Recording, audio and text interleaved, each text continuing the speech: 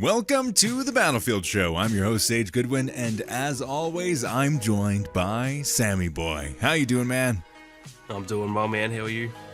Doing fantastic. We have a ton of news to talk about. So today, we're going to be jumping in and discussing a preview of persistent servers in Battlefield Portal, as well as the next update for the game, and kind of why we think it is out now versus later. So let's jump right in. Good gravy, man. So when I saw the preview of persistent servers in Battlefield, I was like, yes, this is great. Good gravy. This is kind of early because usually it dropped on like Tuesday or something like that. I'm like, man, this is kind of early for Battlefield news. Yeah. And I know why, because yesterday they announced the actual updates coming out too. Yeah, it was all sort of happening at once. We just talked about it just before the podcast started that Modern Warfare 2 is launching next week. So it might sound like a tinfoil hat theory, but it's like all but guaranteed that that's why they would launch. There's no point launching next week when the biggest game of the year is launching. So it kind of just came out of nowhere. I wasn't expecting it this week. I thought it would be next. This is probably the earliest one we've done, like that we've had on the game so far. Well, usually they're like the last week of the month. So, and they're usually on like the Tuesday. So I wonder how long they've like planned that.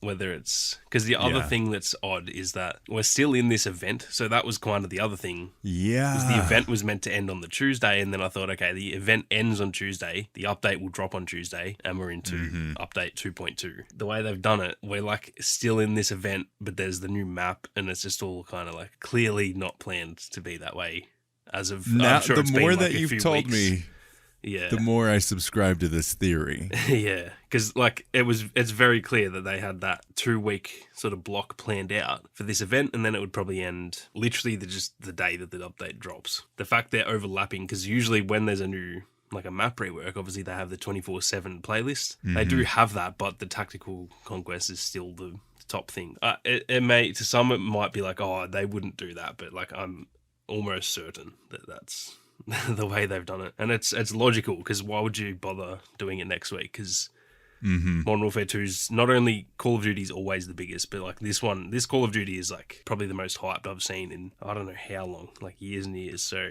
there's no point launching next week. The thing is, so many people are like, no, there's no way a Battlefield even cares about Call of Duty anymore. They do. If you are a company that has a first-person shooter, you are very aware of everything that is going around you, especially the launch of your biggest competitor. Yeah, there's no I would universe. argue like it's not even. It would be all games. Like every game out there that's launching, I guarantee they are like that week. We're not doing anything that week. Yeah, that is Call of Duty week. It's the biggest game. Like no one. If they launched like God of War as well next week, that's just dumb. Like they're just gonna not get as many players, even though it's a completely different genre. It's just, what's the point? It's kind of the same with like TV shows. Like you don't launch, when like Game of Thrones was coming out, you don't launch your TV show in the same week as Game of Thrones. So yeah, it's definitely like I said, it might sound a bit silly to some, but it is 100% the reason. Oh, exactly. There's no universe where they're like, okay, this is you know what? I think we're just gonna release it on the same day that Call of Duty drops. Yeah, no, that's not happening. Like, this is legit the reason that they did it. And I think it's clear because, like you said, they usually drop it on a Tuesday. They usually announce it that Monday. This was announced on a Wednesday, and it came out on a Thursday as we're talking about this in the U.S. Obviously, those days are pushed forward for the future boys like Sammy. But, like, this is the weirdest launch that we've had. I mean, it's October 20th in the U.S., 21st in Australia. And this is, like, last update that they had was... like the actual like big launch of things was the end of September, and that was like, oh man, that's pretty that's pretty early. It's not like the beginning of the month like the original launch is. And this is like even earlier in that time, especially like you said, we just got an update and it was a whole launch for an event.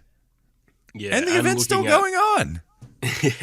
Yeah, that's the part that confirms it. If it wasn't for that, if the event ended on that day, then I'd be like, okay, maybe they just had it set then. But the fact that event is still happening, that's like the cherry on top. That's clearly, there's no way that they would have done that on purpose. So it must have been a pretty recent change too, because they could have, if they had known that, they could have put that, the start of the event, pushed that a week earlier, I should say. Mm-hmm. So it must have only happened. They must have only really decided this in the last couple of weeks, I'd imagine. And looking at it now, the previous update was September 29th. Mm-hmm. And the Modern Warfare 2 beta was out that week. So maybe they went... they just can't get away. Yeah, maybe they went like, we launched that week and the beta was out. People didn't really care, so let's not do that again this time. Mm-hmm. Yeah, 100%. So before we go into the news and stuff, I do want to have kind of a little bit of a follow-up. How have you been enjoying the event? I want to get in terms of the changes now that we've got the 16v16 now. I want to talk about that first before we hop into some of the bigger stuff. So, to be honest, since the last recording, I didn't really bother playing anymore 8 vs 8. I didn't dislike it, but kind of like we said last week, it was just like, Just it was felt fine. dead. Yeah, and then it was just like, I can't be bothered. Granted, I didn't play any Battlefield that week, so it wasn't like I was avoiding it. It was mostly just I was busy, but the 16 vs 16 mode, I do enjoy that more. It's still not quite as good as I thought it was going to be, but it's definitely better. I think a lot of it might be to do with like the map design, and I'm not really sure. But it's definitely an improvement. I think just like the 8 vs 8 felt a little bit empty, and there was a lot of like spawn trapping. I haven't seen any spawn trapping in the 16 player mode, and I also haven't, like, it doesn't feel empty anymore. So most of those problems are fixed. It's still probably, for me, it's not as good as Rush or anything like that. So it's probably, I think I gassed it up a little bit too much in my own head, because I thought like, oh my God, this is going to be like Rush, but Conquest. No way. We totally didn't record a whole episode extremely hyped for this. But overall, like, I still enjoy it. It probably sounds negative being like, oh, it's not as good as I thought. I'd probably give it like the 16 player mode. I'd probably give the mode, if Rush is a 10 out of 10, I'd maybe give this like an 8 out of 10. Like, it's still pretty good, but it's just not, maybe, I think I just got a bit overhyped for it, to be honest. Yeah. What about you? I am loving the 16v16. I think it's a lot more of what I'm looking for out of something like this. I think it finally makes sense, the size of the maps. Like, it's like they knew they were going to do 16v16, and they had to make the map, and they're like, well, we might as well try 8v8 on there too, just see how it goes. I have not earned any of the cosmetics, I don't think. I haven't checked, honestly, but I've been playing pretty consistently. It is quite fun now that it's 16v16. I think that's a lot more of the scale of it. I think they could. What I'm noticing, I think, is I could see these smaller maps and the smaller kind of tactical conquest or whatever they're calling it be almost. I think they could do 32v32, like 64 total. And I think that could be some pretty of them cool. For sure. I do think like Caspian Border and stuff. That's exactly what I was thinking. Yeah. Eureka Harbor as well. It's like they're all very different from each other, so it's hard to, because for some it would work really well, and then others it would be like way too much. Like Stranded could work because there's the top of the boat, but if it was just on the inside of the boat, that would be probably too much. So it's like, it's almost like they didn't design it for any specific play account. Like, they just kind of guessed and like, that seems like that should work. Yeah, I think that could work. Yeah, let's try that. I mean, I think it worked quite well with 16v16, but it's just, I think they could do 32v32 for like a limited time mode, and I think that would be fun just to see that chaos. But I totally get with what you're saying. If it was like a full release mode, yeah, no, that's way too much. Yeah. Way too much. That's the thing, for though, those because maps. it is an event, like, that could be part of the fun of it, is that it's just chaos. Like, it could be the point of it, because right now it's not really chaotic enough that it's like, oh my god, there's this crazy event on. It's just like there's a different mode. It's not that different. Whereas if it was 32 versus 32, look, some people might not like that chaos, but that's like the point of the event in that instance, is that it's meant to be just, it's meant to be like Operation Locker, like just absolute carnage. So now that I think of it, the fact that it's only a week, I actually do agree. I think that would have been really fun to see, just like super chaotic gameplay for a week, and then, you know, maybe they learn some stuff from that, whether people like it or dislike it. So Yeah. would have been interesting. It would be. Now switching gears a little bit, same vein of things. Map rework. What do you think?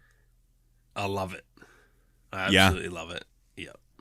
I haven't played enough to like fully know, but I love it so far. It's like, it's pretty much like what we have said before it even came out. Like, that's all just how I feel about it still. It's it was already a good enough map that you could tell this was going to make it a lot better. Yeah. I just played solo though in Breakthrough.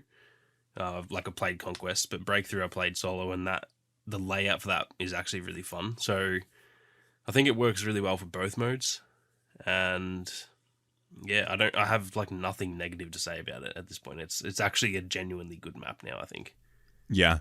I agree. The only problem I had with it is freaking, this is one of the things, man. I couldn't get into a real game of the mode on Conquest or anything like that.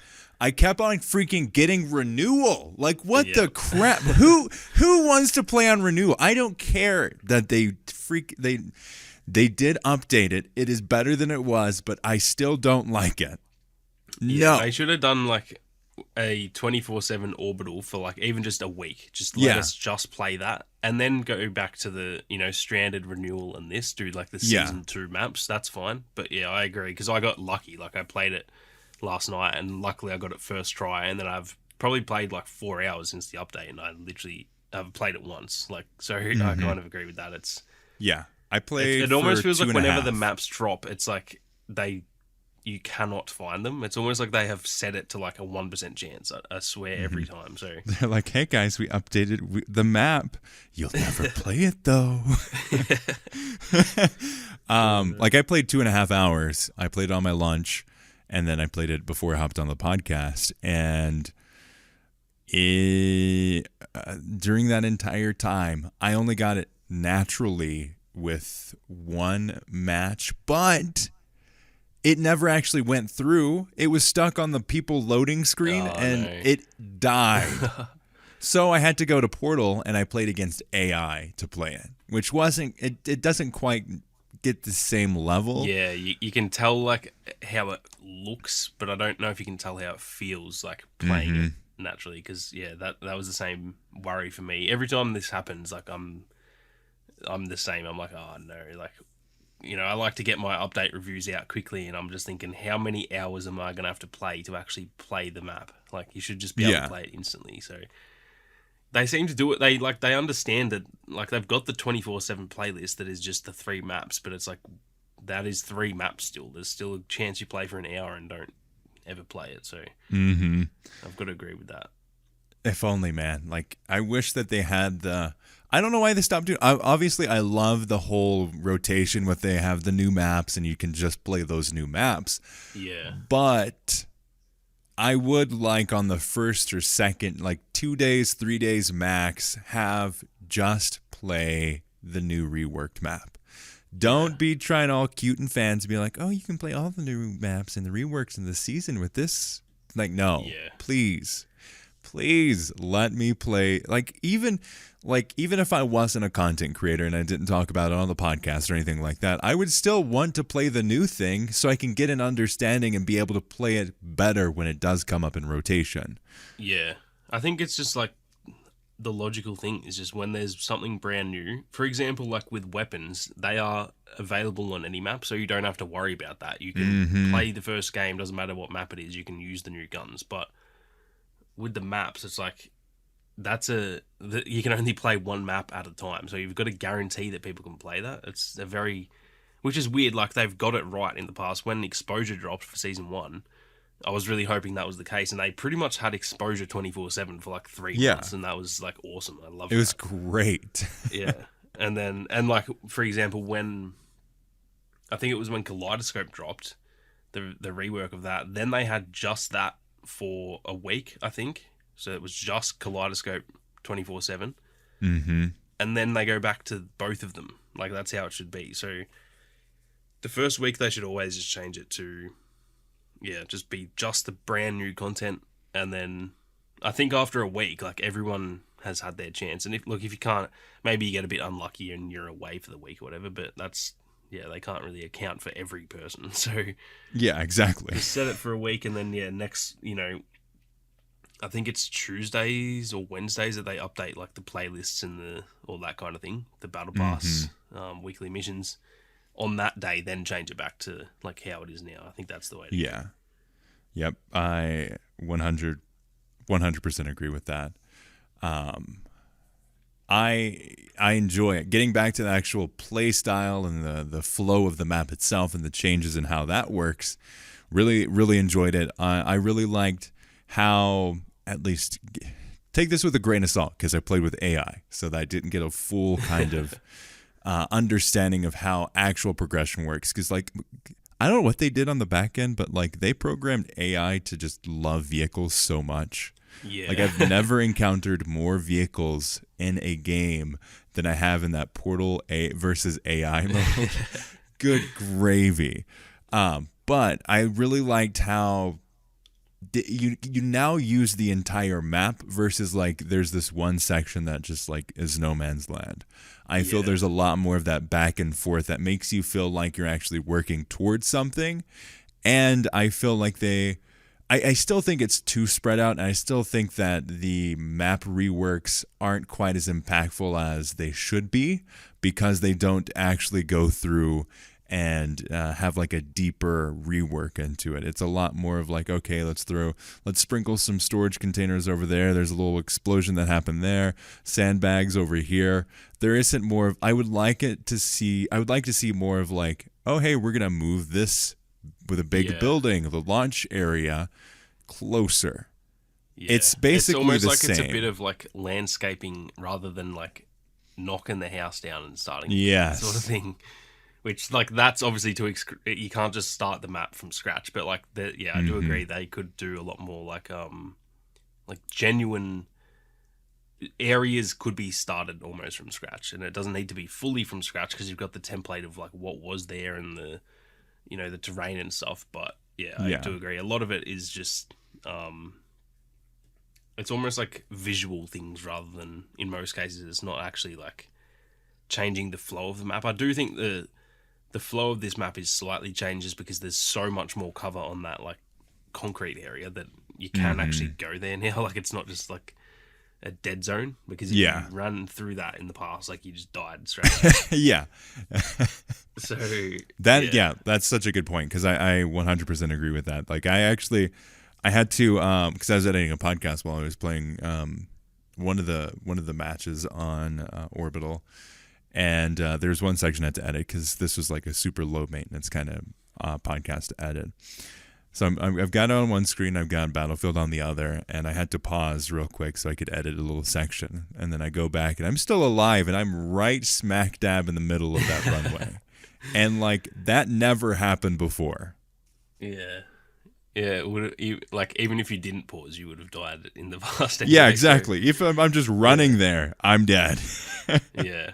So I definitely think that part is a lot better, and I do think I think it's D1. I can't even really remember, but they're like the new point in the center. That's definitely cool. Yes. So I think of the 3 maps, it's definitely the best and like the most changed. But I do Yes, agree, it's definitely. still over the all 3 of them, they're definitely not. I think when we first heard like they're reworking the maps, I was like, oh wow, like they're gonna pretty much like not scrap them, but like I said, just do a full on rework. And these are more like it's really just a bit of landscaping, which look, it's better than nothing, and I think they're definitely all improved. So it's not something I think I can complain about. And also, like I don't think I've ever seen this in a shooter. In fact probably most games. I don't think I've ever seen them like a rework base map. So Yeah. it does show that they are like they cop a lot of flack for like, oh, they don't care, they don't listen to what people want, they're just doing what they want. But at the end of the day, like they're showing their dedication. I've never seen another game do that before. And it says a lot about how they're treating it. It also does say a lot about how bad the maps were at launch. Yeah. So My pessimistic response to I've never seen a game do this before, and it's like I've never seen a game launch with such poor map design. But that's being a little mean there. So no, well, like you're not wrong though. I can't think like look, Battlefield 5's maps were also terrible, but I think they weren't really terrible by like lack of quality. They were more just designed poorly, whereas these ones, a lot of it was just like they were lacking the detail, I think. Because the Battlefield 5 maps, like I'm thinking of like Narvik and those maps. They, to me, like those maps just suck. Like they're just not good, but they had a lot of detail and like you couldn't knock them for not putting in the effort. So I definitely agree that, I've also never seen a game with such bad maps at launch. They actually, like the Battlefield 5 maps, while not great, they did have texture. They did fit the theme and the vibe of Battlefield 5. They didn't launch and be like, this feels like a render that someone did for like an architect agency. Like, this does not feel like a war-torn city at all, or anything that you would consider to be Battlefield. Yeah, exactly. So, yeah, I would have loved to see more of that rework and more of that from the ground up. I also agree that I like the addition of I think it's the D1, that center command point that you'd have to capture. I think they did a really good job of making that middle area more inviting and more people to go there, but I don't think it's quite there yet. Yeah, I do agree. I think it like because there's just one flag and it's like a whole sector it's really like a third of the map, that whole sector, but it's only one flag. So I think they could have done 2, but then I'm not sure that would have worked necessarily because that one is like on top of the tunnel, so they would have had to offset them and it would have been a bit weird. But yeah, I do agree. I think it's definitely better, but I think it would have been cool to see 2 flags up there because they did technically. I think they removed. I think where the new spawn points are, like the headquarters, is where old sectors were. I could be wrong, but I think because I was listening to that Dev Corner video this morning, I think they said like they've actually removed 2 flags and then they put 1 back. So we're technically light a flag now. It would have been cool to see 2 in the middle, but yeah, it's like a very big improvement on that area. Yeah, I think, I mean, Orbital was already, like you said, one of the best launch maps because it was the one that they had the most time to work on, but it still lacked in a lot of areas. I still think it's too big, but I don't think that's like a unique statement there. I still think most of the maps in Battlefield are too big. But I think this is a good level of flow and progression through the game mode. I think there's a lot of back and forth. It definitely seems like, again, this is while I was playing on Portal against AI, but I feel like there's a lot more of the push and pull than there was in the last iteration of it. Yeah, 100%. It 100% feels more like contested now. It's a bit more of a proper battle than just like a bunch of spots to go. Like that's the way it feels to me. It's more of a connected map than just like here's a couple things around the map and then you're probably never going to go from one to the next one. You're just going to hang out at the same one all game long. Yeah, I think too. What I still waited until someone got to a point, and then I spawned in. Yeah, I do. Yeah, I'm the same. I'm like, it's really weird because it's like, oh, I can't be bothered running that far. Like, I'm not actually running in real life. Yeah. It's like I'm in real life. Like, oh man, I can't be bothered walking that far. Like, I'll wait until I can get there like easier. Yeah. And then when you think about it, like, you just, instead of sitting on the menu, like, all you have to do is move your stick forward. But I'm the same. I just can't be bothered. I just wait. I pretty much just, I will often also just like redeploy and just, if I've captured a point, and there's no one there and I want to get to the next area, depends where it is, but if it's like on Hourglass, for example, I just full on, I'm like, nah, I'm just killing myself, and I'll just wait until there's a chopper hanging out in that area, and I'll spawn on the chopper and fly down to the next point because I just can't be bothered. Yeah, I mean, there's no penalty for doing that, and like it doesn't negatively impact much. Yeah, it's like one loss of a ticket. You have like 1,000 tickets per game. Like, yeah, you do it twice a game. You've only lost 2 tickets. It doesn't matter at all. Yeah, so I think I enjoy the changes. They aren't incredible, but I'm glad that they did it. I still think they need to go a little bit harder on the reworks, but I enjoyed it. Enjoyed playing the it. last thing I'll say about it is I think I don't know how I would say it, not just the aesthetics, but just the general vibe of the map. It's probably the biggest of the 3 that it does actually now feel properly like war-torn. Like, it feels like there's a battle going on now, and that's something that I think I wanted that a lot with the other 2, because Kaleidoscope was always a little bit too clean, and they did a little bit, but it still feels pretty clean to me. And then Renewal is just a weird, like, it's just like a farm and a desert, and it's just a weird map. Yeah. This one actually now feels like you can kind of, they've kind of like told a story with it too, like where all the tanks are. They said like it's almost as if there was meant to be like a bunch of tanks closing in on that rocket to try and like capture that area, and they all got blown up, and there's like all the bombs and stuff everywhere. So I think I hope that they do that for the next ones too. I don't care as much if they don't change the way the map plays, because I think all of these 4 remaining ones, like, they're going to be pretty hard to make good as far as I'm concerned. But if they can make the game feel a bit darker and a bit more gritty, then I'm all for that, because that's a big part of it for me, is like when you're playing on a map that feels like you're in a battle, that adds a lot to it, because like that's something for me. I'm a big like World War II game fan, because those maps all feel like real. They're all, it's a whole city like blown to smithereens. That's the cool part about it. And in this game, that's not quite the case. So I think they've done a great job there. Yeah, definitely. They did a really good job of kind of like how Exposure. I think they did a lot of things like they did with Exposure, where they have the almost environmental storytelling with it. Like you have, like you go into those meeting rooms, you see papers everywhere. You definitely seem like everybody just left. Yeah, and I feel like that's a lot more true to this.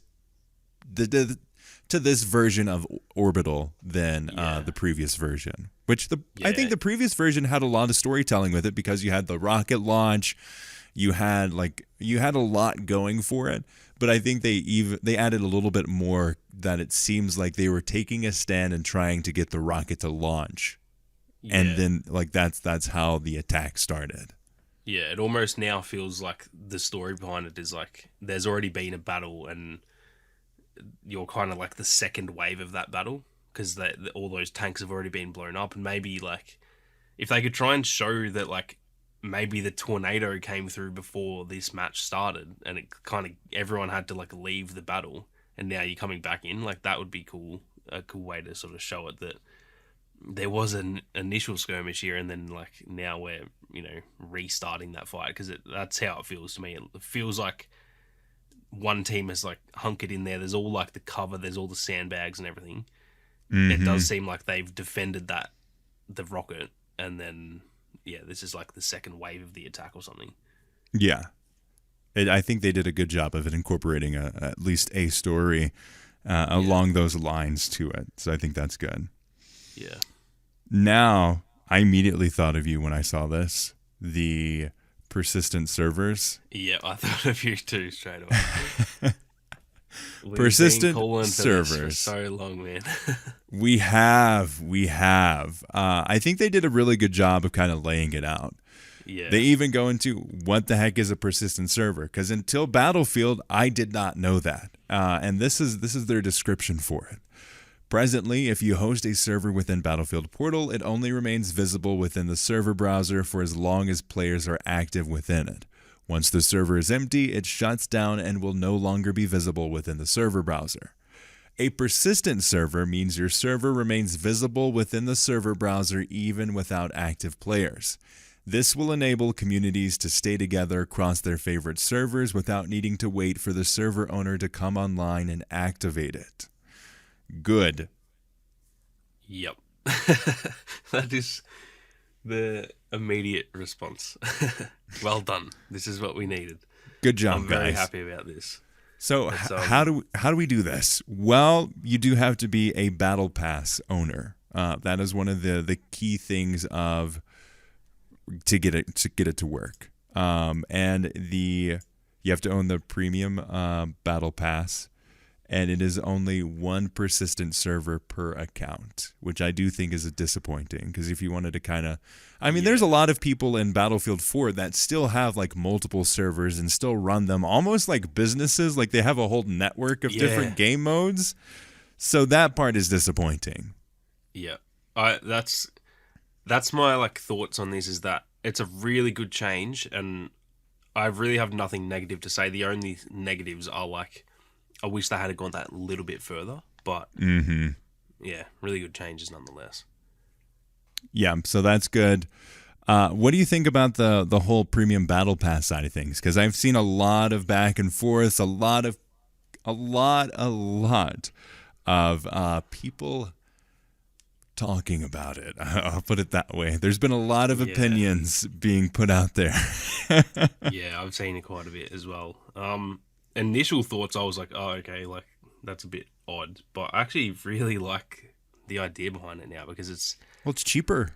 Yeah, it's the cheapest rental service we've ever had.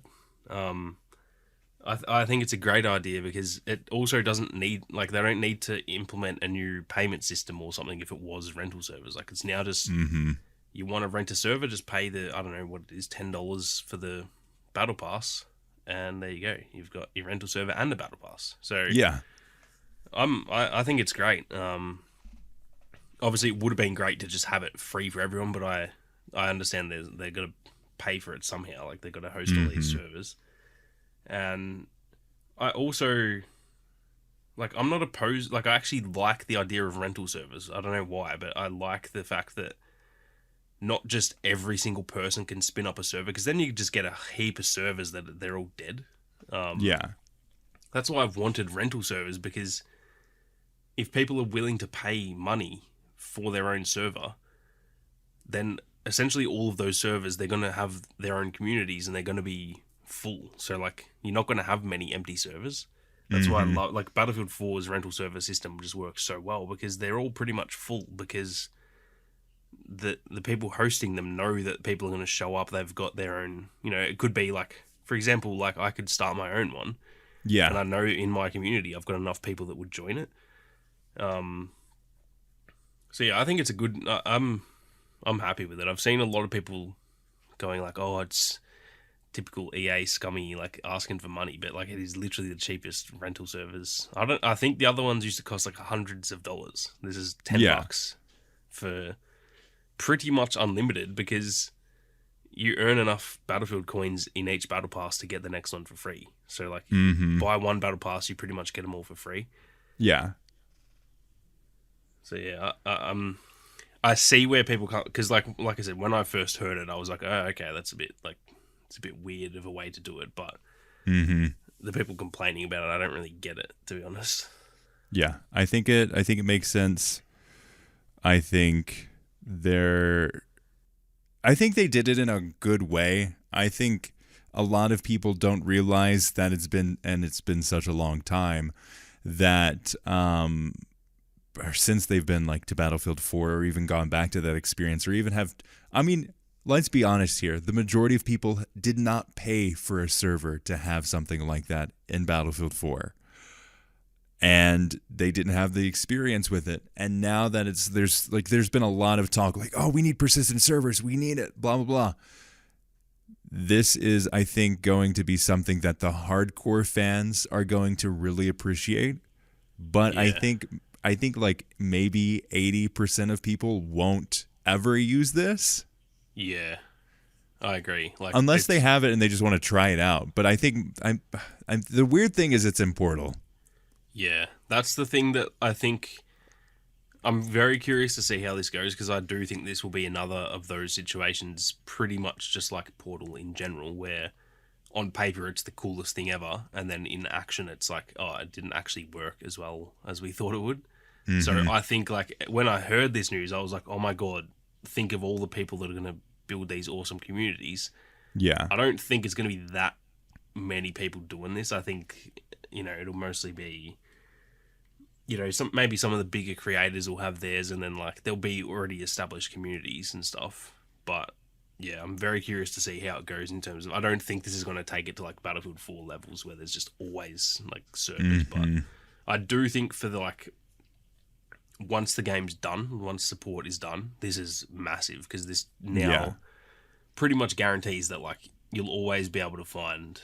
Like, I now know when support is cancelled, I'm just going to be able to make a video and just say, like, an announcement for all Aussie Battlefield players. I'm setting up a server. Mm-hmm. Join this every day, every time you want to play. Just keep it alive. And then, so, like, in that situation, I think this is absolutely massive, because now it's, like, security for the future of anyone wanting to play the game. But I do think, like, for now, I'm not really sure that many people will really care about it. But I think, like you said, for those really hardcore, like, core Battlefield players, this is a pretty big deal. Mm-hmm. I 100% agree with that. I think I will kind of revise my previous statement that I think maybe more people will try it out if they already have. Like, if you bought the Ultimate Edition, you've got the Premium Battle Pass, you're going to get it for free, technically, kind of-ish. And you're going to be able to try that out. I think a lot more people are going to initially do it, and then there's going to be more of those like community-led events. There's going to be a lot more of like, oh, hey, this is what it's going to be like. Content creators can be like, I'm going to have this live for a week, and it's going to be good to go, or have like a whole series around it or something like that. I think it's going to be a lot more of that side of things. But I think another key part of it is that it will remain visible for up to 7 days from any last player activity on the server. So like, it's basically all of the time. If you just play it once a week, it's going to stay there. Or if someone else plays it once a week, I think it's going to be good. Let's see what functionality comes with persistent servers. You'll be able to enable crossplay. You can allow players to follow a server, so you can make sure that it stays up to the top when you are in Portal. You can also set a welcome and match message, as well as keeping it password protected if you want to keep it more private, just your buddies and that kind of stuff. And then there's also admin features for the host. So you host the thing, you'll have more of those deeper, rich editing stuff like you have with the regular Portal maps. So like any other Portal server that you did, it basically works the same, but now you'll be able to have it live for 7 days. Yeah. I think, like you said earlier, the only real downside I have is that it would be awesome to have more than one, because I'm also not sure how this is going to work. For example, I get all my thumbnails in Portal, so I'm not sure if that counts as like my mode. You know what I mean? If I tried to set up like a permanent Conquest server for Australian players, and like that was the thing, but then I go and make a Portal server to get my next thumbnail, does that like delete that other one? You know, so All that's of the only Aussies part. are screwed over. They're like, oh, dang it, Sammy, not again. So yeah, it would have been cool, and also it would have been cool to have like, you know, you can have a public server, and then maybe you want another server with a password that's just for your community or something like that. Would have been cool, but yeah, for me it's like this wasn't possible, and now it is, and it's like massive. So I don't, all the little negatives, I'm like, I actually just don't even care. It's like it would have been cool, but I actually can't complain at all, because this is like massive as for the future of, you know, once that support is gone, I know there will be Portal servers that, you know, hang around now. So that's the most important thing. Yeah, I think that there's got to be a setting that just like you tick it and be like, I want this to be my persistent server. Yeah. Because otherwise that kind of sucks. Like actually, you said. yeah, no, there is. Yeah, actually, now that you have said that, in the screenshot they show in the blog post, it says persistent server on or off. So that's, yeah, you've actually just literally answered that for me, because I guess for my like Portal thumbnail server, I can just turn that to off, and then that hopefully doesn't get in the way of the other one. So yeah, that's actually interesting too. Maybe you can have like a persistent server, and then I could just do a stream and just have a separate Portal server going that's just for the stream, and the other one doesn't get affected. So yeah, that actually seems like that's the case. And it says, yeah, Premium Battle Pass owners can host one persistent server per account. So it doesn't say one server in general. Yeah, so that's good. There you go. There we go. We're answering our own questions live on the podcast. It's almost like if I just read it, like I would have known that straight away. Yeah. I'm excited for this. Again, it's Portal. There's a lot of baggage there. There's a lot of thoughts that we've discussed in past episodes of the podcast. There's parts and pieces to it that make sense. Some of it just is a weird thing mentally for me. But other things, it's just like, okay, yep, it's Portal. It's Portal. But I think this is good for the people that will use it, and people that want to have a deeper connection with friends. If they have like YouTube channels or streams or anything like that, you can do a lot more with it. And like you said, long term, this is fantastic, because this keeps Battlefield 2042 alive much longer than it could have been before. Yeah, exactly. Like I know I've also seen a lot of people complain like, oh, but it's only 7 days. Like, that's not a proper persistent server. At the end of the day, if there's no one in the server for 7 days, like, it kind of doesn't deserve to be active, if that makes sense. Like, that is pretty much a dead server, you know. So exactly, that was my thought too.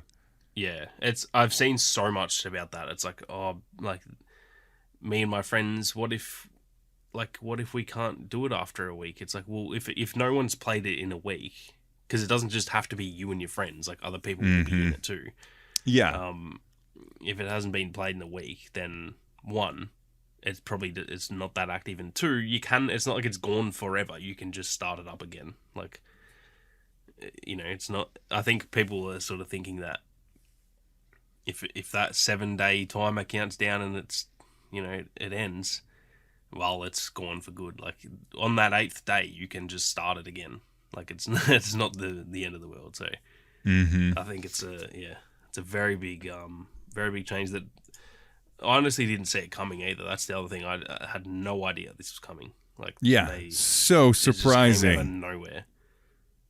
I didn't actually believe the tweet when I saw it. I was like, hold on. Yeah. Same here. Yeah. It was one of those things where it was like, am I really seeing this right now? Yeah. And also, just to kind of like tie that conversation about persistent servers and the 7 day thing together, like, honestly, if you're not able to make it for the 7th day and it dies, you know what you can do? You can just start it again. Yeah. Because the thing is, if there was no one there on that 7th day, then it's really, starting it again is really no different than starting it from, it was still active, but it had 0 players. Like, it actually is no different. So yeah, I think a lot of people are just like because there's like a deadline, it makes it a bit, it's like pressure. It's like, oh my God, what if it, but it's, when you actually think about it, it's like, just relax. It's going to be okay. Yeah. You can just start it again.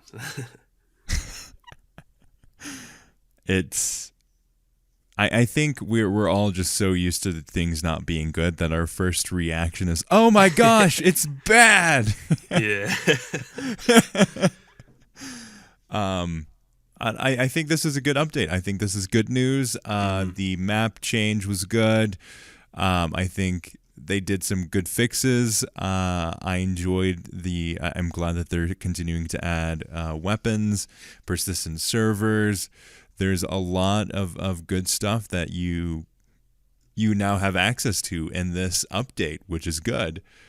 And I've been hearing that apparently there are some Easter eggs that are going to be indicative of the next season somewhere, but I have yet to be able to look deeper into any of this. Our good old buddy. Is it Temporal? Oh no, what's his name? I think it's Zanyu he was on Twitter. And then he's now joined, I think he's in your server too, and he's in my server. He was the one actually telling me in my server that, there's like, I think there's like some radios around the maps or something. And you've got to, I haven't actually looked into the Easter egg because I haven't really played enough to come across any, but I've heard. And I'm wondering if like they're playing audio that has something to do with the next season. I'm not sure because, I've seen that. From Temporal as well. And he's also said that he's not going to be covering it too, which I thought was very fascinating. Yeah. I wonder if that, like, that makes me a bit like, okay, is something actually pretty big going on here? Because I think, like, I feel like Temporal doesn't really shy away from spoiling stuff. Like, the Twitter... It's like, oh, buddy, you're going to have a conscience now? Yeah. The whole Twitter account is for leaking things, but with this one he's not. So I'm like, okay, what's going on here? Is there actually something, big going on? I'm not really sure. But that's made me a lot more excited because to be honest, for that other Easter egg, I think it was like when there was the crates around, you had to go and like find the crates on the map. Mm-hmm. I just like looked at the thing and was like, oh, that's where they like. I didn't do the hunt myself. I just like looked at the locations and just went and found it. Like, so now I'm like, okay, well if he's not going to show it, like I'm actually pretty interested to do a bit of Easter egg hunting and see if we can figure it out. So interesting stuff. I found that very odd because his Twitter account is literally for leaking things, which in reality is like it's spoilers. Like it's just saying what's going to happen. Yeah.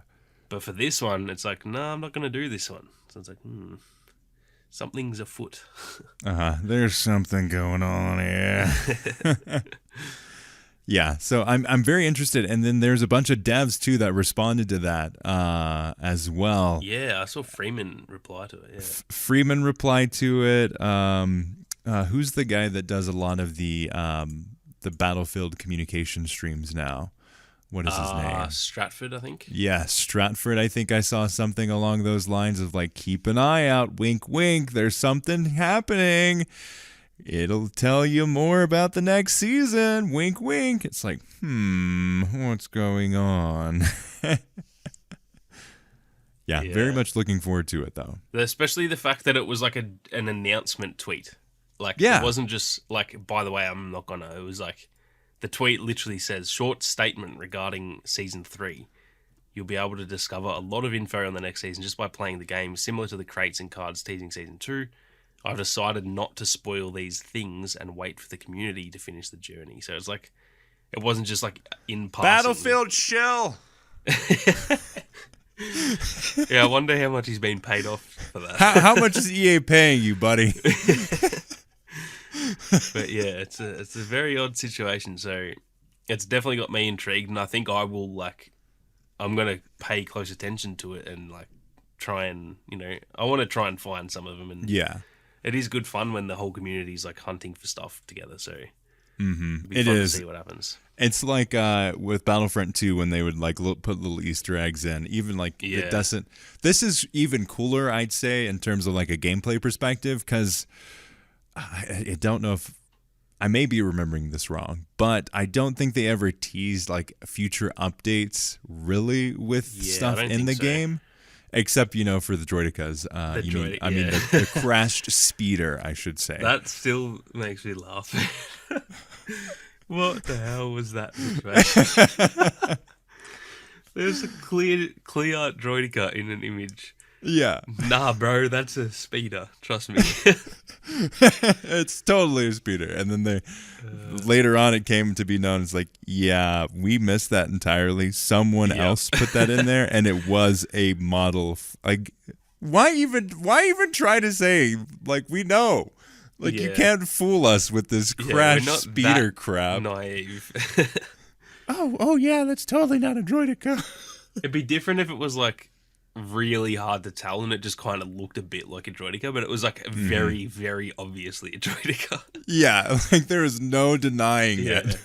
It was like people had enhanced the image and like it was as clear as like a droidica in a movie. Like it wasn't just like it was some pixels at the back of the map or something. It was like it was also like in the center of the image. Yeah. It was like spot on right there for everyone to see. There was no denying it. It was not a speeder. It was in fact a droidica. Did we ever find out who made that graphic? I wonder if it was an inside job. Like if that was it had to have been an inside job. Like they must have been like, you know what, the community's crying for some new stuff. Like I'm just gonna take on for the team here and put something out there. Oops! Oh no! What have I done? Yeah. Yeah. Very, very much. So I think this is fun. I think it's funny that Temporal is like, there's a short statement regarding Battlefield 2042 Season 3. I regret to inform you that you're going to have to do your own darn work and find it yourself. I've done way too much for you all. Don't get any recognition, and everyone pronounces my name wrong. Except for Sage and Sammy, who pronounce it perfectly fine. Yeah, I think we are correct on that. I stand by that. I will die on that hill. Right there with you. What, Temporal? No, Temporal. Yeah, no thanks. But I think with that, let us know your thoughts on the most recent update, the map changes, the persistent server news. How have you been enjoying the new mode? Would love to hear all of that. Reach out to us on Twitter at Battlefield Uplink or on email, contact@uplinkpodcast.com. All of the places. Leave a comment below. If you're watching this on YouTube, reach out. We'd love to hear it. While you're there, make sure to subscribe wherever you listen to podcasts completely free or on YouTube as well. Thanks, everyone, for listening, and Ethan Clark for the beautiful thumbnail. As always, we'll see you on the battlefield.